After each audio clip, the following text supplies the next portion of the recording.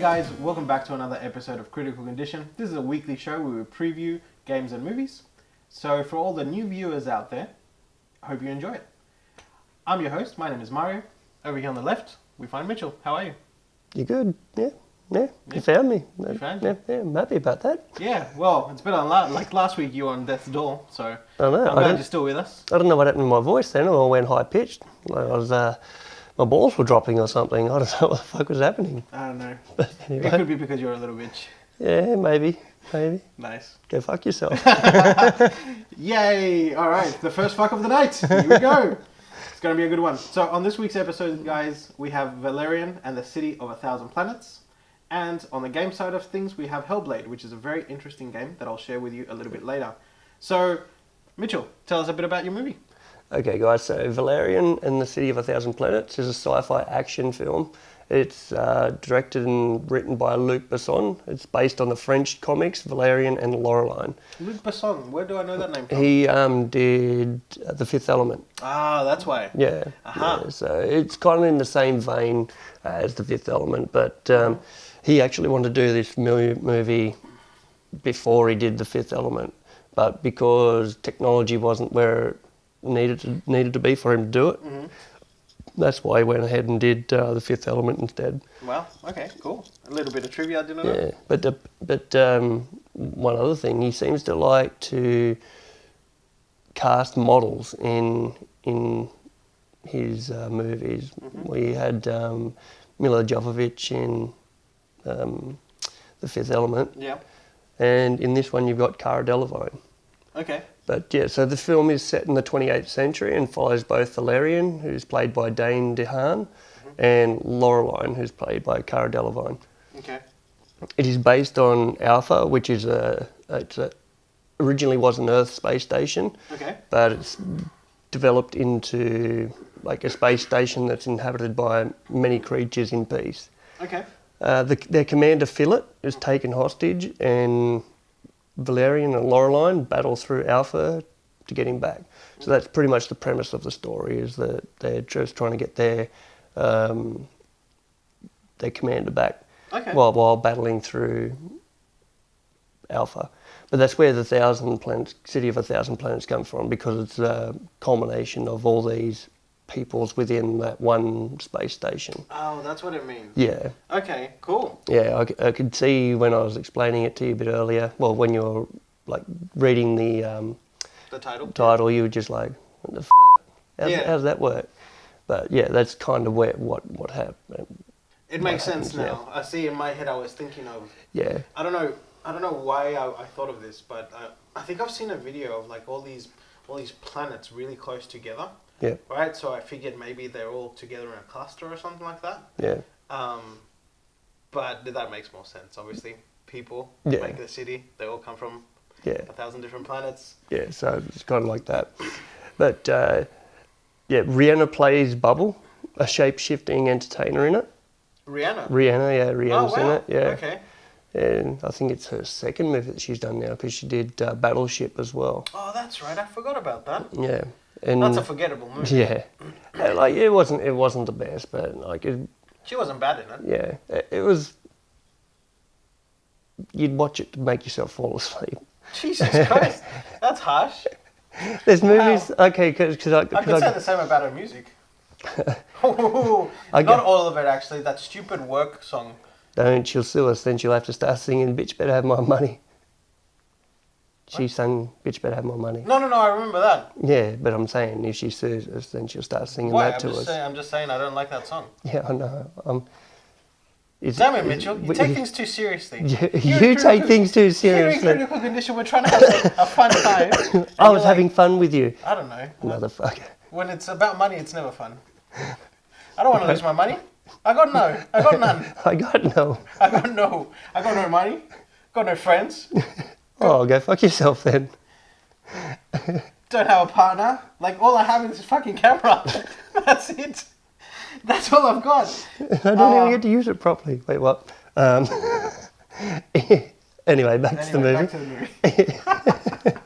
movie. Ethan Hawke plays Jolly the Pimp in it. Jolly the Pimp? Yeah. Fucking hell. I know.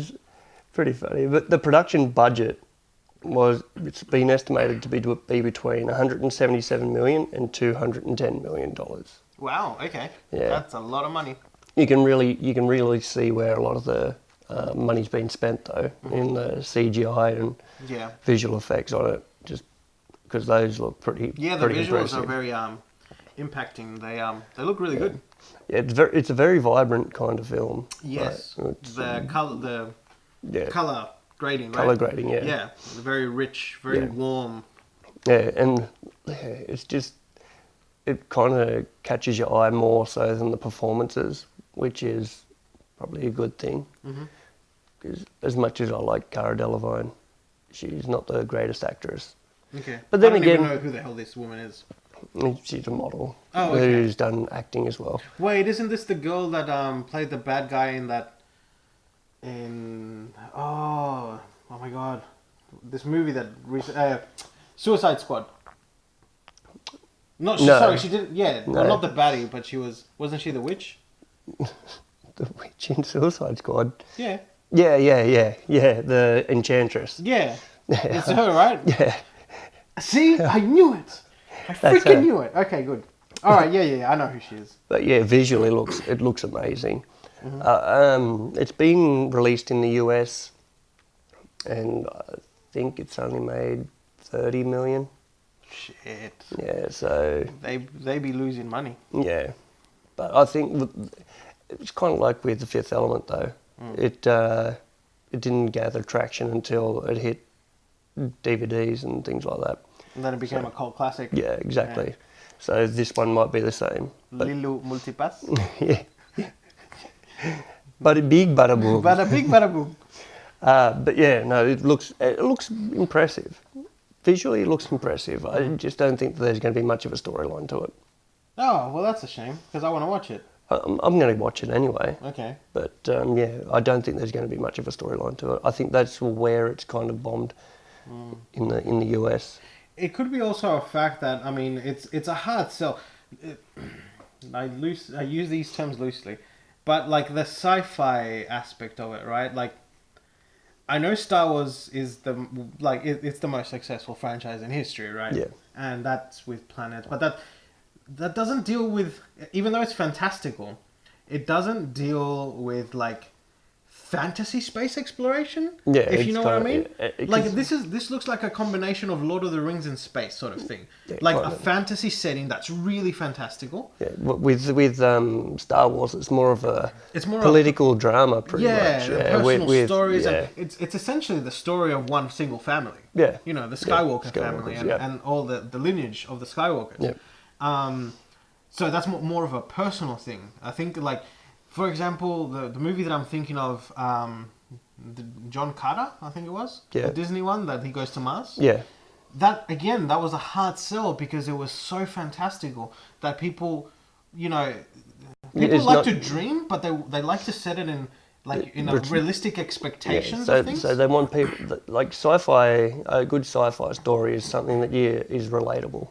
That's right, and I think that's the problem it has with Valerian. Like I think it looks visually stunning. I've seen the trailer and it looks really good. Yeah. But you know, I'm not like most people. Most people will look at it and go, bunch of blue people walking around. Yeah. I mean, Avatar again, really successful movie, but that was when the 3D thing was kicking off. Remember? Yeah, but also with Avatar as well, the storyline behind it was good. It was a solid base. Some people disagree with you. But everybody's got their own opinion. Excellent. I thought you were going to say something else. I was like, ooh, I left that door open. Yeah, I'm glad you shut it though. I did. But yeah, that's what I think. I still might climb through the window and say something. Nice. You kids, get off my fucking lawn. Get off the lawn, you little shits. Now, yes, that's what I think of Valerian, and like it's just a hard sell because of that. Yeah, but then again, it might end up being like The Fifth Element. Yeah, who knows? But it's this movie is the highest independent budgeted movie ever. Oh shit! So it's an indie film as well. Yeah. Yeah. Ooh, they're gonna be paying through the nose. Because I think they need to earn between 360 to 480 million in order for it to make money. So Wow. they're a little bit behind that at the moment. Well, yeah, just a tad. You know, just a tad. But yeah, it's out on 10th of August in Australia, which is this coming Thursday. You guys should check it out. It'll be a good movie for you guys to go and watch. Yeah, I think it looks interesting visually, at least. You know, you don't see that type of movie every day. Yeah, exactly. It's worth a watch. Anyway, you let us know if you go and watch it. Let us know what you think, and yeah. Excellent. So Mario, tell us a little bit about your game. I can't remember the name of it. That's okay. It's Hellblade. Hellblade: Senua's Sacrifice. So what is really interesting about this game is that it actually deals with mental health issues. So that's been a common sort of theme we've got going on in our in our show currently.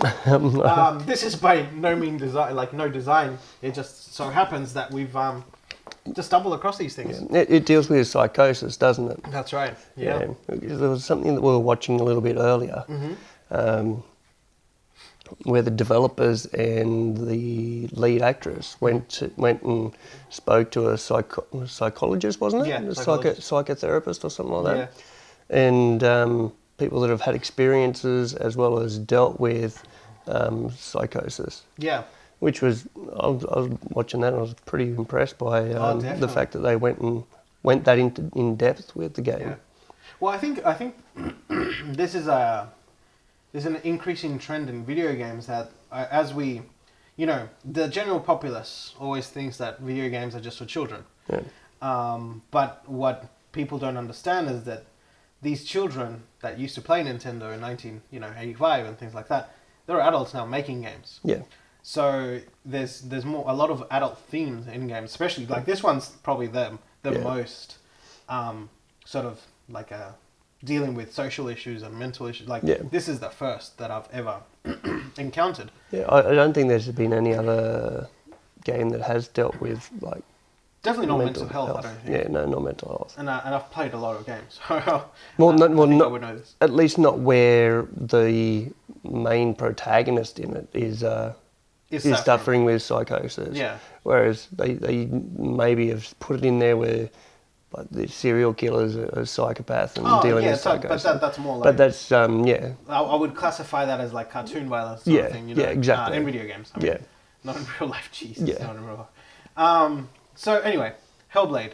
Ninja Theory is the guys that are making The developer, it. Yep. So, do you know what Ninja Theory has done in the past? Was it Devil May Cry? That's right. So they did the remaster of Devil May Cry. Yeah. When they changed it from Dante, white-haired Dante, to the new emo kid that everybody hated. The emo kid. I don't even know. I bought the game. I played like an hour of it and I went, what the hell is this? And I turned it off. And I went, nah, screw it. Not happening. Not on my watch. Yeah. Nobody puts baby in the corner. It puts lotion on the skin or else it gets the hose again. Wow. Okay, so they also developed Heavenly Sword, which was a PlayStation 3 exclusive. It was very much an action-y sort of game, hack and slash. Yeah. They did one of my personal favorite games of all time. Not in my top 10, but one that I really enjoyed, which is Enslaved: Odyssey to the West. That was based on a novel, on a Chinese novel. I remember that name. I don't know whether I played it. It was, I think the guy was actually called Monkey.